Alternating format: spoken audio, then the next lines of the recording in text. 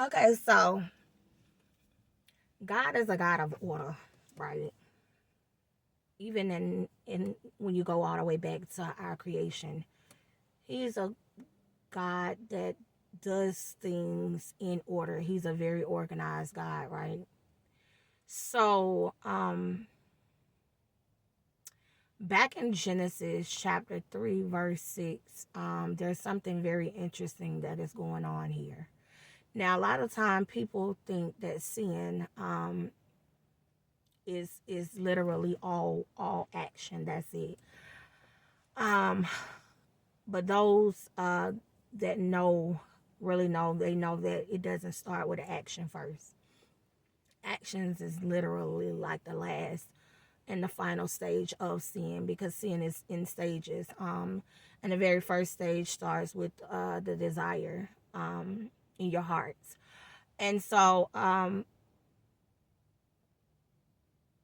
that is literally what caused the sin to first take place, and the chain of events to first take place in the garden, right?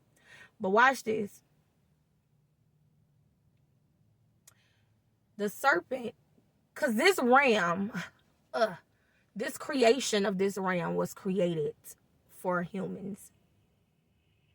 For humans, for us.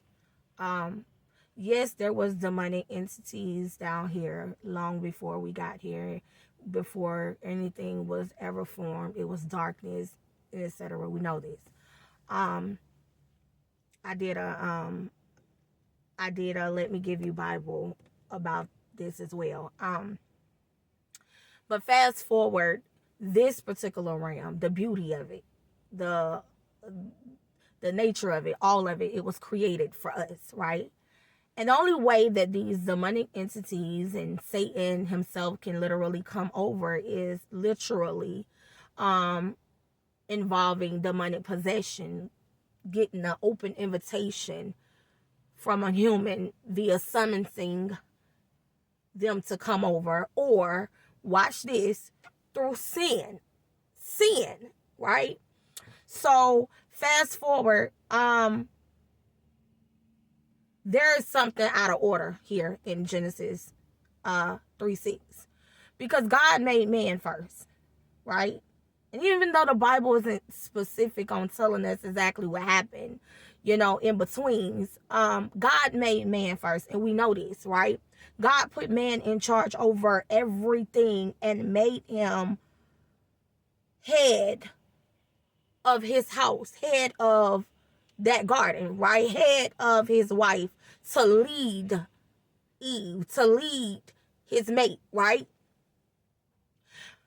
Satan has the ability to possess a reptile, a snake, right?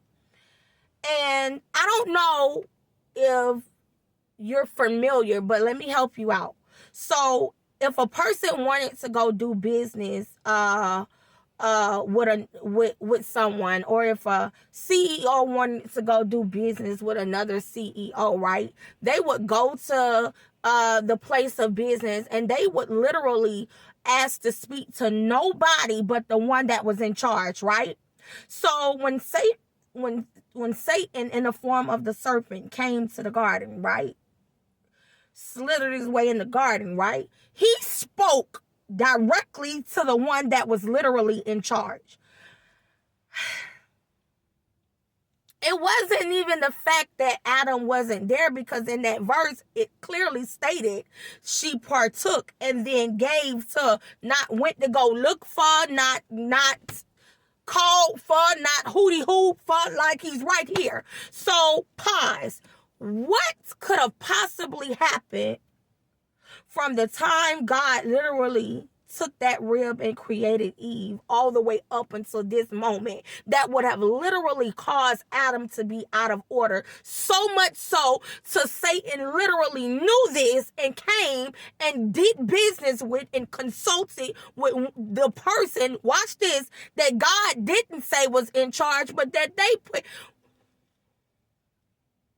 And I know what some people may be thinking, like, because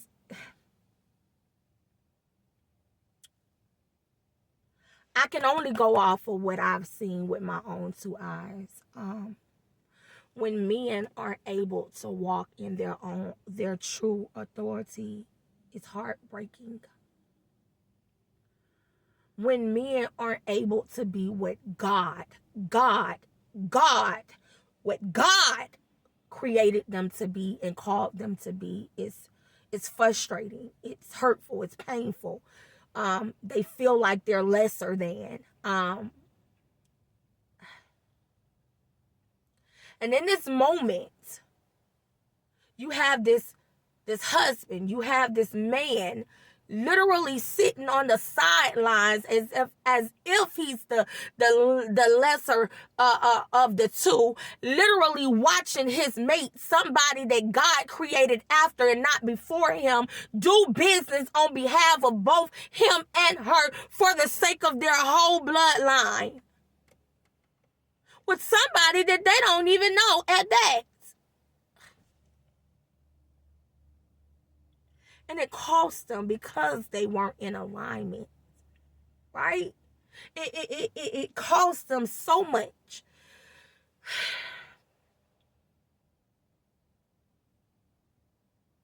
This is why alignment is everything.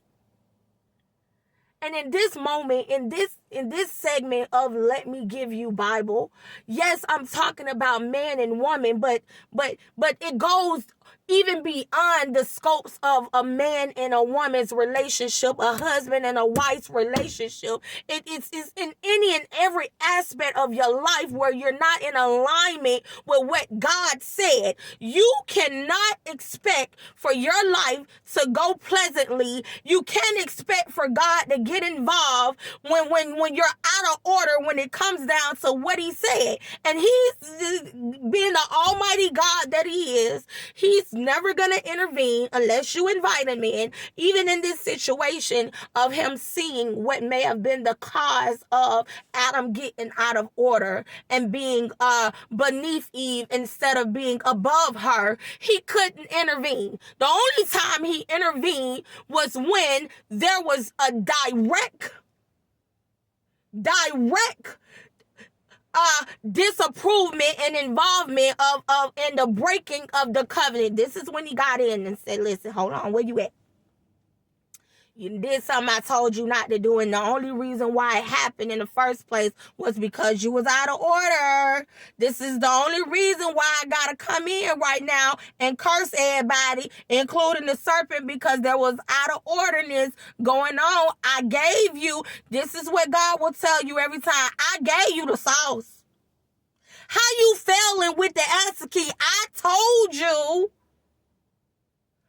Adam, who told you you were under her? I gave you the recipe on how to be successful. I gave it to you. I gave it to you.